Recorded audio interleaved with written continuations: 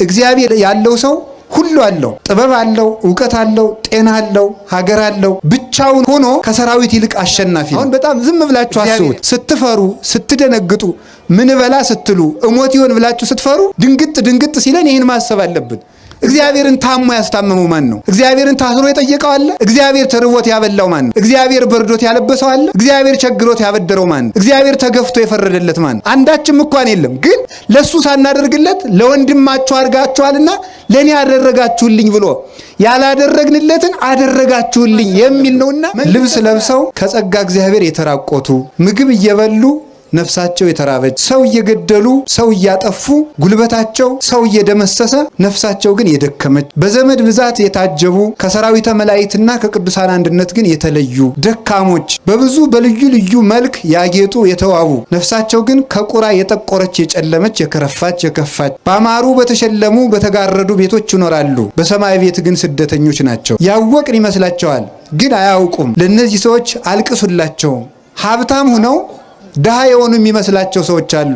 መልክ የላቸውም፣ በትህርም የጎሰቆሉ ናቸው። ሰማያዊ መልክ ግን አላቸው፣ ባሪያ ክርስቶስ የከበሩ ናቸው። ልብስ የላቸውም፣ ክርስቶስን ግን የለበሱ ናቸው። ምግብ የላቸውም፣ ቅዱስ ሥጋውን ክቡር ደሙን የበሉ ናቸው። ቤት የላቸውም፣ የብርሃን ቤት ግን አላቸው። ዘመድ የላቸውም፣ ቅዱሳን መላእክት ግን ሊረዷቸው ይፋጠናሉ። ለእነዚህ ሰዎች እልል በሉላቸው። ተነግረን አንሰማም፣ ቀዝቃዞች ነን፣ የሃይማኖት ወኔ የለንም፣ የሀገር ጉዳይ አስጨንቀን፣ የቤተ ክርስቲያን ጉዳይ አስጨንቀን እግዚአብሔር ስትሰደብ ዝም ነው የምንለው። ዝም ብለን ቁጭ ብለን እንበላለን፣ እንጠጣለን፣ ይመሻል ይነጋል። ነፍስህ ርቧታል፣ ስጋውን ብላ፣ ማን ይሰማል? ነፍስህ ጠምቷታል፣ ደሙን ጠጣ፣ ማን ይሰማል? ተራቁተሃል፣ ክርስቶስን ልበስ፣ ማን ይሰማል? አሞሃል፣ እባክህ በንስሐ ታከም፣ ማን ይሰማል? ተው ከሰማይ ቤት አትሰደድ፣ የሚሰማ የለም። ሰው ድንጋይ ሆነ፣ ድንጋይ ሰው ሆነ።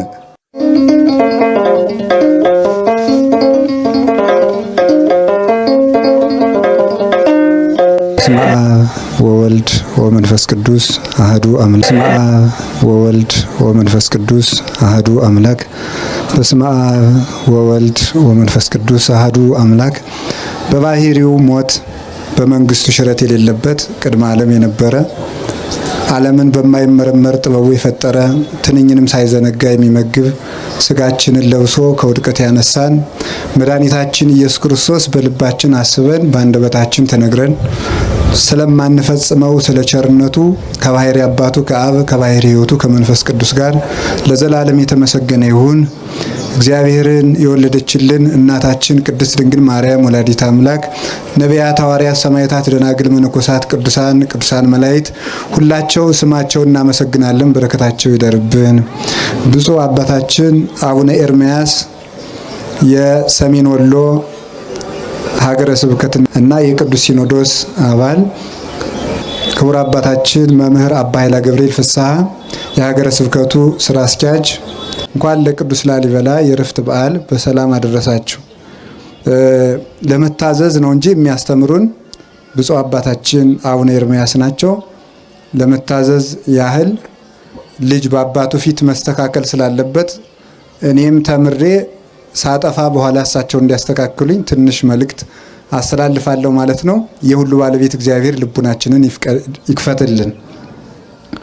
ኩሉ ይትካሃል ለዘየአምን፣ ሃይማኖት ላለው ሰው ሁሉ ይቻላል። እስኪ ሁላችሁ ለሚያምን ሁሉ ይቻላል በሉ። እንደገና በሉ።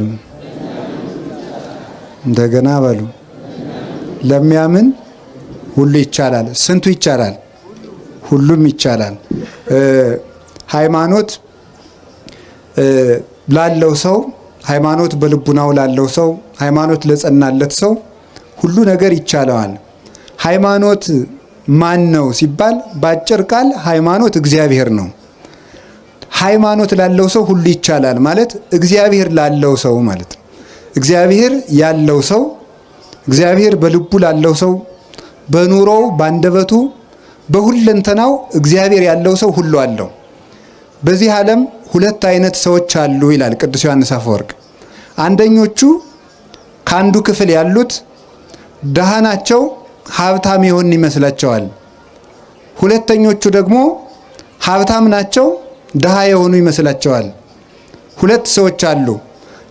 ለድሆችም ድህነታቸውን ልናስረዳቸው፣ ለባለጸጎችም ባለጸግነታቸውን ልናስረዳቸው ይገባል ይላል። ድሃ ሆነው ሀብታም የሆኑ የሚመስላቸው የሚባሉት ልብስ ለብሰው ከጸጋ እግዚአብሔር የተራቆቱ፣ ምግብ እየበሉ ነፍሳቸው የተራበች፣ ሰው እየገደሉ ሰው እያጠፉ ጉልበታቸው ሰው እየደመሰሰ ነፍሳቸው ግን የደከመች፣ በዘመድ ብዛት የታጀቡ ከሰራዊተ መላእክትና ከቅዱሳን አንድነት ግን የተለዩ ደካሞች፣ በብዙ በልዩ ልዩ መልክ ያጌጡ የተዋቡ፣ ነፍሳቸው ግን ከቁራ የጠቆረች የጨለመች የከረፋች የከፋች፣ እንዲህ ያሉ ሰዎች አሉ። ያወቅን ይመስላቸዋል፣ ግን አያውቁም። ለእነዚህ ሰዎች አልቅሱላቸው። ባማሩ በተሸለሙ በተጋረዱ ቤቶች ይኖራሉ፣ በሰማይ ቤት ግን ስደተኞች ናቸው። እንዲህ ያሉ ሰዎች ፍጹም የተዋረዱ ሰዎች ናቸውና ድህነታቸውን ንገሯቸው፣ በጊዜ ባለጸጋ እንዲሆኑ ይላል። ሀብታም ሁነው ድሃ የሆኑ የሚመስላቸው ሰዎች አሉ። መልክ የላቸውም፣ በትህርምት የጎሰቆሉ ናቸው። ሰማያዊ መልክ ግን አላቸው፣ በአርአያ ክርስቶስ የከበሩ ናቸው። ልብስ የላቸውም፣ ክርስቶስን ግን የለበሱ ናቸው። ምግብ የላቸውም፣ ቅዱስ ሥጋውን ክቡር ደሙን የበሉ ናቸው። ቤት የላቸውም፣ የብርሃን ቤት ግን አላቸው። ዘመድ የላቸውም፣ ቅዱሳን መላእክት ግን ሊረዷቸው ይፋጠናሉ። ለእነዚህ ሰዎች እልል በሉላቸው ይላል። እንደዚህ በእውነት ለእንደዚህ አይነት ሰዎች ቀድስዎ ለብእሲ ዘየሐምም አለ ነፍሱ፣ ሰውነቱን ላስጨነቃት ሰውነቱን ለገሰጻት ሰው ለዚህ ሰው ምስጋና ይገባዋል ይላል ኢሳይያስ። ለጌታችን ለኢየሱስ ክርስቶስ ነው ፍጻሜው፣ ግን እሱን ለመሰሉ ሰማዕታት ሁሉ ለቅዱሳን ሁሉ የተነገረ ነው። ስለዚህ እግዚአብሔር ያለው ሰው ሁሉ አለው። ጥበብ አለው፣ ዕውቀት አለው፣ ጤና አለው፣ ሀገር አለው። ብቻውን ሁሉ ሆኖ ከሰራዊት ይልቅ አሸናፊ ነው እግዚአብሔር ያለው ሰው። ስለዚህ ለሚያምን ሁሉ ይቻላል ብሎ አንድ ጌታችን መድኃኒታችን ኢየሱስ ክርስቶስ በሚያስተምርበት ጊዜ ልጁ የታመመበት ሰው መጥቶ መምህር ሆይ ቢቻልህ እርዳኝ ቢለው ቢቻልህ ትላለህ እንዴ? ለሚያምን ሰው ሁሉ ይቻላል፣ አንተ አታምንም እንጂ ብሎት ነበረ። ሃይማኖት ሰማያትን ምድርን አጽንቶ አኑሯል። ብዙ የማይቻሉ ነገሮች በተፈጥሮ ያልተቻሉ በእውቀት ያልተቻሉት ነገሮች በእምነት ተችለዋል። እንደ እውቀት ሰው ካረጀ በኋላ አይወልድም። ሴት ከ45 ዓመት በኋላ ወንድም 90 ዓመት ሞልቶት አይወልድም። እንደ እምነት ግን ተችሏል። እንደ እውቀት የሌለ ነገር አይመጣም። ካለ ነገር ያለ ነገር ይፈጠራል። ያለውን እንጨት አጋጭተን ወንበር ጠረጴዛ እንሰራለን። ከሌለ ነገር ግን ያለ ነገር ማምጣት አይቻልም። እንደ እምነት ግን ይህ ዓለም አልነበረም፣ መጣ። እግዚአብሔር የሚያስደንቀን ያለውን ዓለም መጠበቁ ሳይሆን የሌለውን ዓለም ማምጣቱ ነው። ሰውም ጠበቅኩ ይላል፣ ሰራዊትም ጠበቅኩ ይላል፣ አጥርም ቤት ይጠብቃል ይባላል። እግዚአብሔር ግን ያለን የሚጠብቅ ብቻ ሳይሆን የሌለንም የሚጠብቅ ነው። ቅዱስ ጎርጎርዮስ ተአርር ዘይዘረውከ ታስተጋብ ተአርር ዘይዘራይከ ታስተጋብ ዘይዘረውከ፣ አንተ ያልዘራኸውን ታጭዳለህ ያልበተንከውን ትሰበስባለህ ብሎ አንድ ጨካኝ ባሪያ ለእግዚአብሔር የተናገረውን ሲተረጉም ምን ይላል? መክሊቱን ሰጥቶ መክሊቱን ከቀበረ በኋላ አንተ ክፉ ባሪያ ለምን በሰጠው መክሊት አላፈራህም ቢለው፣ አይ አንተ ያልዘራኸውን የምታጭድ ያልበተንከውን የምትሰበስብ እንደሆን ካውቄ ፈርቼ መክሊትን ወስጄ ጉድጓድ ቆፍሬ ቀበርኩት ብሎት ነበረ። ካዛ ምን አለው? ተአምረኒኑ ከመብስ የድሩክ አነ፣ እኔ ጨካኝ ሰው እንደሆንክ ታውቀኛለህ። ካልበተንኩት ካልዘራሁት የማጭድ ካልበተንኩት የምሰበስብ እንደሆንክ ታውቀኛለህ። ካወቀኝ ለምን ትያግባይ ከወርቄ ውስጥ ማይዴ፣ ለምንድን ነው መክሊቴን ያልመለስክልኝ ብሎት ነበረ። ታዲያ ይህንን ሊቁ ቅዱስ ጎርጎርዮስ ሲናገር ይሄ ሰውዬ እግዚአብሔርን ወቅሶታል። ያልዘራኸውን ታጭዳለህ ያልበተንከውን ትሰበስባለህ ብሎ ወቅሶታል። እሱ የወቀስኩ መስሎት ነው እንጂ እውነቱን ነው። እግዚአብሔር ያልዘራውን የሚያጭድ ነው። እግዚአብሔር ያልዘራውን ያጭዳል፣ እግዚአብሔር ያልሰበሰበውን ያልበተነውን ይሰበስባል ይላል። ምስጢሩ እንዲህ ነው። እንዴት ነው እግዚአብሔር ያልዘራውን ያጭዳል? እግዚአብሔር ያልበተነውን ይሰበስባል? አዎ ይላል። እንዴት? ሰው ከበቀለ እንጨት ቤት ይሰራል። ሰው ከበቀለ ልጥ ገመድ ፈትሎ ቤት ይሰራል ሰው። ነገር ግን ሰው ከበቀለ እህል እንጀራ ይጋግራል፣ ቂጣ ቆሎ ያዘጋጃል፣ ካለ ነገር ነው። እግዚአብሔር ግን ያልዘራውን ያጭዳል ማለት የሌለውን ዓለም ከሌለ ነገር አምጥቶታል። ካለመኖር ማምጣቱ ያልዘራውን ማጨዱ ነው። ስለዚህ እግዚአብሔር እውነትም ያልዘራውን የሚያጭድ የሌለን የሚያመጣ ካለመኖር ወደ መኖር አሁን በጣም ዝም ብላችሁ አስቡት። ስትፈሩ ስትደነግጡ ምን በላ ስትሉ እሞት ይሆን ብላችሁ ስትፈሩ ድንግጥ ሲለን ይህን ማሰብ አለብን። እግዚአብሔር ይህን ዓለም ከየት አመጣው? ለዚህ ሰማይ ጎተራ አልነበረውም። ለዚህ ምድር አዳራሽ አልነበረውም። አልነበረም፣ መጣ። እግዚአብሔር ያልዘራውን የሚያጭድ የተዘራውን ማጨድማ ገበሬም ይችላል። እግዚአብሔር ግን ያልዘራን ያጭዳል፣ ያልበተነው ይሰበስባል። እንደገና ደግሞ ተመልከቱ፣ ያልሰጡትን ተቀበልኩ ይላልና እውነትም እግዚአብሔር ያልዘራውን አጭዳል ይላል። ያልሰጡትን ተቀበልኩ ይላል። ለምሳሌ ለእግዚአብሔር እኛ አብልተነው እናውቃለን? ለእግዚአብሔር አጠጥተነው እናውቃለን? አሁን ዛሬ ዝክር ይዘከራል። ከዚያ ዝክር እግዚአብሔር ይቀምሳል? አይቀምስም። ከዚያ መጠጥ እግዚአብሔር ይቀምሳል? አይቀምስም። እኛ ከሰራነው ቤት እግዚአብሔር እንግዳ ሆኖ ይስተናግዳል? እግዚአብሔርን ታሞ ያስታመመው ማን ነው? እግዚአብሔርን ታስሮ የጠየቀው አለ? እግዚአብሔር ተርቦት ያበላው ማን ነው? እግዚአብሔር በርዶት ያለበሰው አለ? እግዚአብሔር ቸግሮት ያበደረው ማን ነው? እግዚአብሔር ተገፍቶ የፈረደለት ማን ነው? አንዳችም እንኳን የለም። ግን ዘገበርክሙ ለአሐዱ ምሉኑ እሳት ሊተገበርክሙ፣ ለሱ ሳናደርግለት ያልዘራውን ያልበተነውን ይሰበስባል። ለሱ ሳናደርግለት ለወንድማችሁ አድርጋችኋልና ለኔ ያደረጋችሁልኝ ብሎ ያላደረግንለትን አደረጋችሁልኝ የሚል ነውና እግዚአብሔርማ እውነትም እንዲህ የሚያደርግ ነው ይላል። ቸሮ አምላካችን እግዚአብሔር ስሙ የተመሰገነ ይሁን። ታዲያ እግዚአብሔር ያለው ሰው ሁሉን ይችላል። በሃይማኖት መካንነት ተችሏል። አሁን እግዚአብሔር ያሳያችሁ ክርስቶስ ያመልክታችሁ።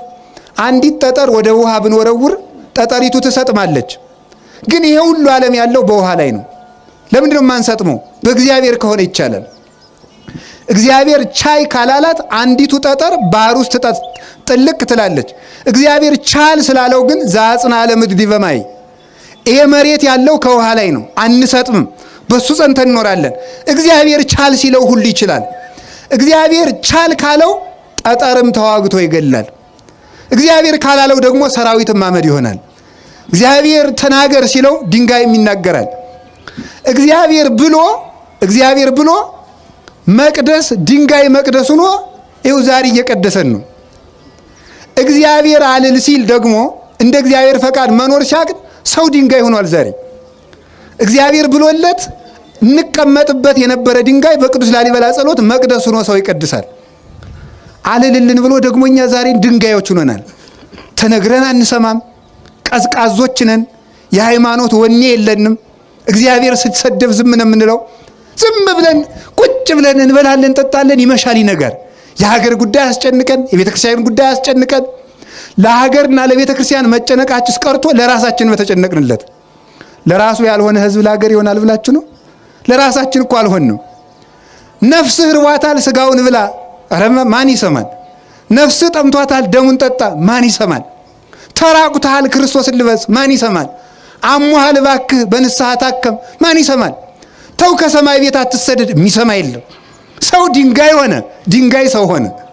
ላሊበላ እንደምታዩት ድንጋይ ሰው የሆነበት ሀገር ነው ላሊበላ። ምን ማለት ነው?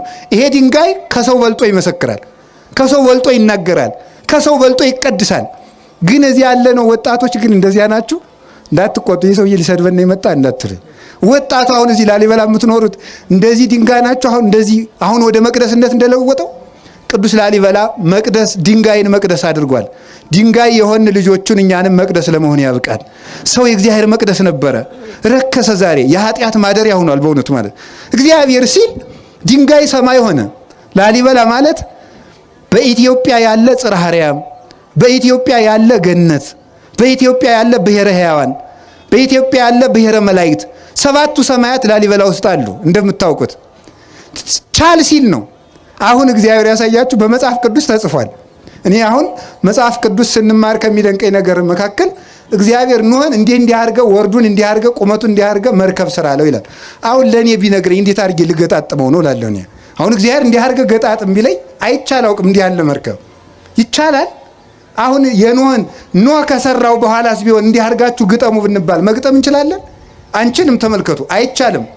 ከአንድ መቅደስ ሰማይን እቀርጻለሁ ብሎ ማሰብ እንዴት ይቻላል? ለሚያምን ግን ይቻላል። እምነት ላለው ከአንድ ድንጋይ ሰማይ ይሰራል። ቅዱስ ላሊበላ ምድርን ሰማይ ያደረጋት፣ እኛ ደግሞ ምድርን ሲኦል እያደረግናት ነው። እንዲህ ያለ ቅዱስ ሳዊሮስ ወኮነ ሰማይ ዓለመ ወዓለምሂ ሰማይ ኮነ ወስብሐት። ተመልከቱ ለዘወለዶ አብ በምስጢር ዘይትረከብ ወለደቶ ቅድስት ድንግል በምስጢር ዘይትረከብ ወስብሐትኒ በውስተ ሰማይ ኮነ በዲበ ምድር ይላል። እነሆ ዓለም ሰማይ ሆነ፣ ዓለምም ሰማይ ሆነ፣ ሰማይ ዓለም ሆነ ይላል። ወኮነ ሰማይ ዓለመ ሰማይ ዓለም ሆነ አለ። ወዓለምሂ ሰማይ ኮነ ዓለም ደግሞ ሰማይ ሆነ አለ። ይሄ የተፈጸመው አንደኛ በክርስቶስ ልደት ነው። ሁለተኛ በቅዱስ ላሊበላ ዘመን ሰማይ ዓለም ሆኗል፣ ዓለም ሰማይ ሆኗል። ዓለምን ሰማይ ሰማይን ዓለም ያደረገ ብቸኛው ንጉሥ ቅዱስ ላሊበላ ነው። ዓለምን ሰማይ አድርጎታል። ለምን? ሰማያትን አምጥቶ እዚህ ያሳይቶናል። ስንሞት ብቻ ነበር እኮ የምናየው መንግስተ ሰማያትን። መንግስተ ሰማያትን ማየት የሚቻለው ሙተንም ለዚያውም ከጸደቅን ነው። እንደ ሞትንም እኮ አናየውም። ገና ደግሞ ክርስቶስ ሲመጣ ነው። መቆያችን ገነት ነው። እግዚአብሔር ለኢትዮጵያ ከዋለላት ውለታ መካከል በሰማያት ሂደን የቅዱሳን መላእክትን ማህሌት መንግስተ ሰማያት ገብተን ከመቅመሳችን በፊት እስከዚያ ባረቦልነት በቅዱስ ያሬድ ዜማ ስትቀምሱት ቆዩ። የሰማዩን ማህሌት ቅመሱት፣ በሰማይ የምትኖሩት ኑሮ ማለት ይሄ የቅዱስ ያሬድ ማህሌት ነው ብሎ አቀመሰን። የማይቋረጥ አሁን እንደምታውቁት በዓለ ሃምሳ ነው አይደል? አበቃብን አላላችሁም? አበቃ አይደል? ሰሞኑን እንግዲህ ጾም መጣ፣ ነገ ሰኞ በዓለ ሃምሳ ለምንድን ነው ሳናቋረጥ የምንበላው? እግዚአብሔር በአብይ ጾም ገፍቻችኋለሁና ልካሳችሁ ብሎ ነው አይደለም እኮ። ለምንድን ነው በዓለ ሃምሳ እንዲሁ ዝም ብለን ረቡዕም ዓርብም የምንበላው? ለማይቋረጠው ለመንግስተ ሰማያት ረፍት አረወን ትሁናችሁ ብሎ ነው። ቅምሻ ናት። አሁን እናንተ 50 ቀን በላችሁ ብሏችሁ ደስ ብሏችኋል። ይሄማ ቀላል ነው። ሆድ ቁርጠት፣ ራስ ፍልጠት የሌለበት ምግብ ያለበት የማይቋረጥ ረፍት ሰጣችኋለሁ ለማለት ነው። ስለ ጾማችሁ ፈንታ፣ ስለ ድካማችሁ ፈንታ፣ ስለ ራባችሁ ፈንታ የማይቋረጥ ረፍት ያለበት ሀገር እሰጣችኋለሁ ለማለት ሳናቋርጥ እንድንቀምስ ያደረገን ስለዚህ ነው።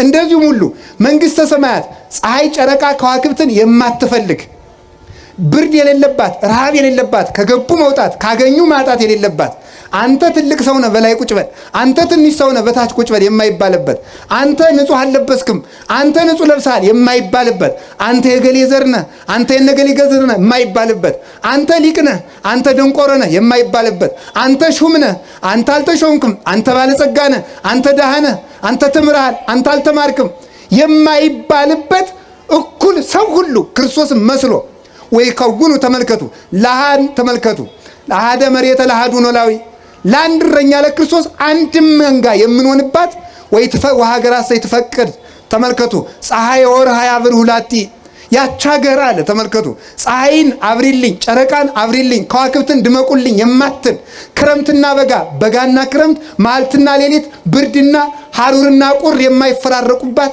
ደዌና ጤና የሌለባት፣ ማግኘትና ማጣት የሌሉባት፣ ለብሶ መራቆት የሌለባት ሀገር ለመስጠቱ ማስረጃ የሆነን ዘንድ የቅዱስ ላሊበላ መቅደስ የመንግስተ ሰማያት መያዣ ነው። የመንግስተ ሰማያት አረወን ነው። በሃይማኖት ሰማይን አምጥቶ ከምድር ሰራው። በሃይማኖት ሰማይ ወደ ምድር ወረደ። በእውነት በቁሙ ቅዱስ ዮሐንስ በራዩ ወሪክዋ ተመልክ ወሀገርሰ ቅድስት ወለሀገርሰ ቅድስት ሀዳስ ኢየሩሳሌም ሪክዋ እንዘ ተወርድ እምሰማይ ወተውበት ለእጓለ እመሕያው ወስርጉት ይእቲ ከመመራት ለምታ ይላል። ታላቂቱ ኢየሩሳሌም አለ ራዕየ ዮሐንስ ምዕራፍ 20 ላይ ሲናገር ተመልከቱ። ወሪኩ ሰማይ ሐዲሰ ወምድር ሐዳሰ እስመሰሰለ ሰማይ ቀዳማዊ ወምድርኒ ቀዳማዊት። አሮጌው ሰማይ አለፈ፣ አሮጌይቱ ምድር አለፈች፣ አዲስ ሰማይ አዲስ ምድር አየው አለና አዲሲቱ ኢየሩሳሌም ከሰማይ ወደ ምድር ስትወርድ አየዋት ይላል። ቤተ ክርስቲያን ተሰጠች፣ ድንግል ማርያም ለሰው ልጆች ተሰጠች ማለቱ ነው። በቁሙ ግን በሰማያዊት ኢየሩሳሌም ክርስቶስ ከመጣ በኋላ በቀኙ ለመቆም ካበቃን ዓለም ሳይፈጠር የሰራውላችሁ መንግስተ ሰማያት ኑ ውረሱ ብሎ ከማስረከቡ በፊት ቅዱስ ላሊበላ ሰማይን አውርዶ ኢየሩሳሌም ሰማያዊትን አውርዶ ያሳየን የሃይማኖት መስታወት ነው። እሱን የሰራልን እግዚአብሔር የተመሰገነ ይሁን።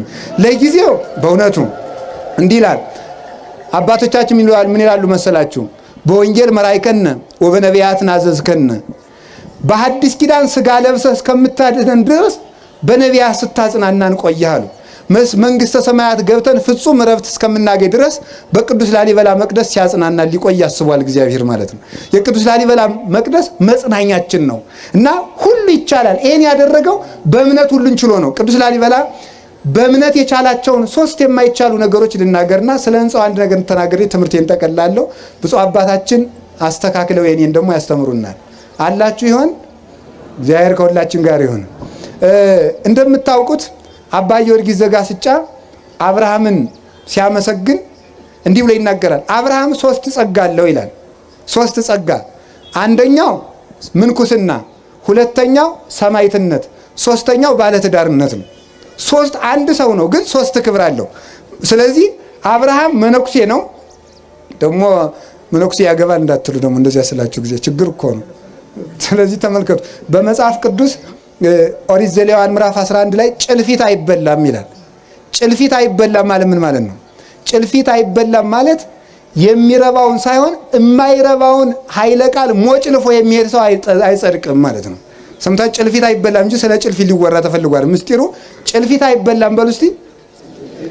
አጥኖ ቃል ነጥቆ የሚሮጥ ሰው አይጸድቅም፣ ምስጢር የሚይዝ ነው እንጂ ማለት ነው። ስለዚህ ጭልፊት እንዳትሆኑ ማለት ነው። ስለዚህ ምን አለ አብርሃም ዘመዶቹን ጥሎ ከካራን በመሰደዱ የመነኮሳት አባት ነው ይላል። እግዚአብሔር አብርሃምን ተገዘርልኝ ብሎታል። አብርሃም ወደማያውቀው ሀገር ነው ሄደ። ወደማያውቀው ሀገር በመሄዱ ለመነኮሳት እግር እንጂ ሀገር የላቸውም ይላሉ አባቶቻችን። መነኮሳት እግር አላቸው እንጂ ሀገር የላቸውም። ዘመዳቸውንም አያውቁም፣ ዘርም አይቆጥሩም። እንዲያውም አንድ ባይታዊ በበረሃ እየኖረ አባትህ እኮ ሞተ ቢሉት ኮንከ ጸራፌ እስመ አቡየ ኢይመውት ለዓለም ነው። ለምን ትሰድበኛለህ? የኔ አባት አይሞትም ማለት ምን ማለቱ ነው? አባቴ ማን ነው ማለቱ ነው? እግዚአብሔር ነው ማለት ነው። አባቴ እግዚአብሔር ነው። የሚሞት ዘር አትቁጠርልኝ፣ የኔ ዘር በሰማይ ነው ብሎ መናገሩ ነበረ። ስለዚህ አብርሃም የማያውቀውን ሀገር ምን አደረገ? የሚያውቀውን ሀገር ትቶ ወደማያውቀው ሀገር ሄደ።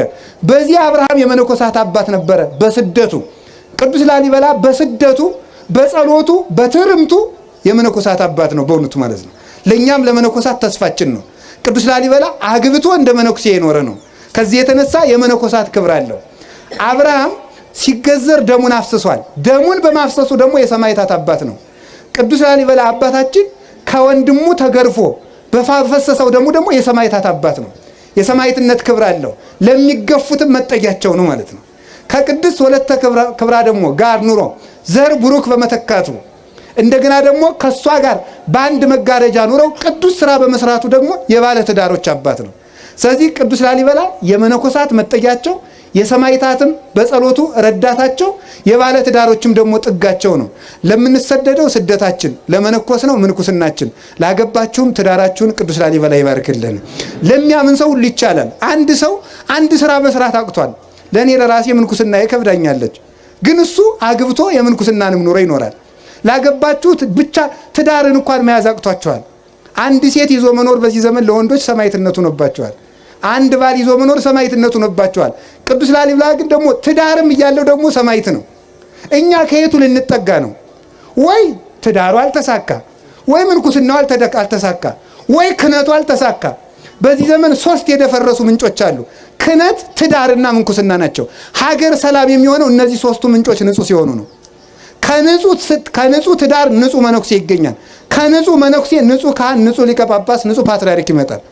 ከደፈረሰ ትዳር ንጹህ ካህን አይገኝም፣ ንጹህ ምንኩስና አይገኝም። ካልነጻ ምንኩስና ንጹህ ጳጳስ ሊገኝ አይችልም። 3ቱ ምንጮች ደፍርሰዋል። ስለዚህ በእውነቱ አባቶች የቅዱስ ላሊበላ ከሆናችሁ ወጣቶችም እርኩሰታችሁን ትታችሁ በየቦታው ፈረንጆቹ እዚህ ሊጎበኙ እየመጡ የሚያስተምሯችሁን እርኩሰት ትታችሁ እንደ አባታችሁ እንደ ቅዱስ ላሊበላ ወይ ከተቀደሰ ትዳር ተጠጉ። ወይ ተሰደን አላማረብን መከራውም ሳይቀርልን መንግስተ ሰማያትን ማጠን ከአንዱ እንድንጠጋ አምላከ ቅዱሳን ይርዳን። ለሚያምን ሁሉ ይቻላል። እሱ አምኖ እነዚህን ሁሉ መከራዎች ቻላቸው። መርዙንም ቻለው፣ ግርፋቱንም ቻለው፣ ስደቱንም ቻለው፣ መከራ መቀበሉን ቻለው፣ መንገድ መድከሙን ቻለው። መንገድ ሲሄድ እንኳን ድክም ሲለው እንቅልፍ ስትመጣበት የሥጋ ባህሪ ነውና ቅዱስ ገብርኤል አብሮ አያችሁ ሃይማኖት ከመላእክት ጋር ያዛምዳል። ማረፍ ሲፈልግ ቅዱስ ገብርኤል እኔም ደክሞኛል ትንሽ ልረፍ ይለው ነበር። ቅዱስ ላሊበላ እንዲያርፍ አብሮት ገደም ይል ነበረ። ሃይማኖት ላለው ሰው መላእክት ያሳርፉታል። እኛ እኮ ማረፊያ ያጣ ነው እምነታችን ቀዝቅዞ ነው፣ ወርደን ነው። ከቅዳሴ ከኪዳን ከጸሎት ከቁርባን ታተን ነው። ከተፈለግንበት ቦታ እንድንገኝ አምላከ ቅዱሳን ይርዳን። እንግዲህ ሃይማኖት ሲኖር አሁን ይሄንን መቅደስ አንዲቱን መስኮት እንኳን የኢትዮጵያ ሰዎች በሙሉ ቢሰበሰቡ መስራት አይቻልም። የዓለም ሰው 9 ቢሊዮን ወይም 7 ቢሊዮን የደረሰው ቢሰበሰብ ይሄን መቅደስ አይሰራውም። ሃይማኖት ሲኖር ግን ብቻውን ይሄን ሁሉ መቅደስ ሰራ። ብቻውን የቻለውን እኛ ተሰብስበን ምንም አቅቶናል። እግዚአብሔር አንድነታችን ይውላችሁ። እግዚአብሔር ከኛ ጋር ሲሆን አንድ ሰው እንደ ብዙ ሰው ይሆናል። እግዚአብሔር ከኛ ሲታጣ ደግሞ ሰራዊት የአንድ ሰው ያህል ኃይል ያጣል። እግዚአብሔር ከሁላችን ጋር ይሁን። በሃይማኖት ሁሉ ይቻላል። አምነን ለመጠቀም ያብቃን። ወስብሐት ለእግዚአብሔር። ይቆይ።